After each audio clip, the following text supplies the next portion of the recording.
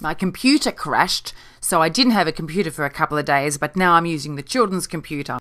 Compassion and empathy. I went out to dinner a week ago and my friends were debating what is compassion versus what is empathy. What do you think? What do you think the difference is between compassion and empathy? So I put a question on my Facebook page, and I got a lot of interesting responses. If we look at empathy as our ability to hold the hand of someone who's suffering along their journey in the darkness, we hold their hand, we get into their shoes, we feel their feelings. Compassion is the ability to assist that person to walk towards the light, to assist them without being pulled down, to proactively help them along. Tanya Singer has done extensive research on the difference between empathy and compassion, and she has found that there is a lot of research to support that empathy can be not so constructive. When we feel empathy for somebody, we are likely to produce cortisol.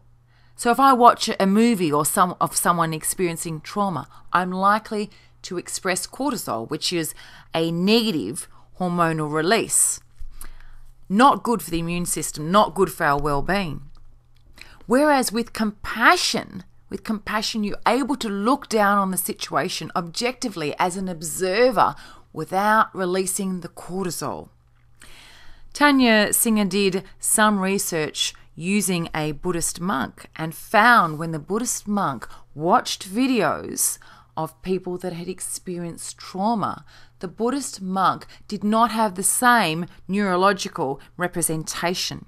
The Buddhist monk did not feel empathy. The Buddhist monk felt compassion.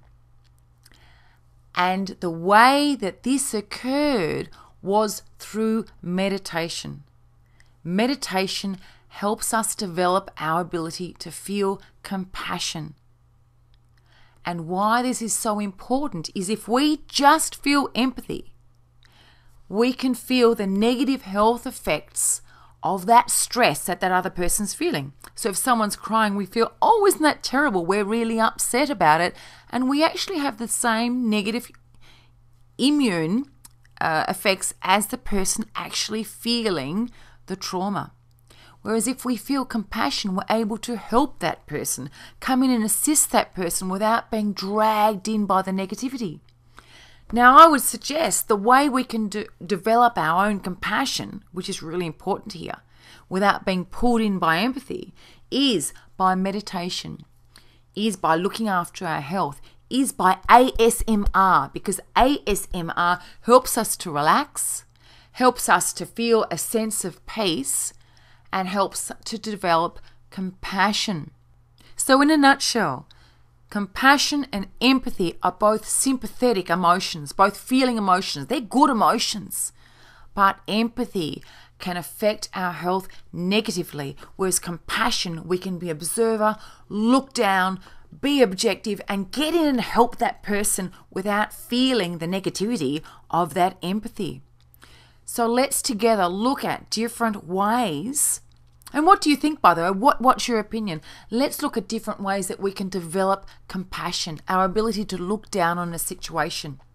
Number 1, ASMR. Number 2, meditation. Number 3, looking after your health. Number 4, think about how you feel about something. Get to know yourself. Develop self-awareness. So therefore we have the ability to extend help and support to other people. Thank you so much for watching. I'll be bringing out an ASMR video meditation on compassion in the next couple of days.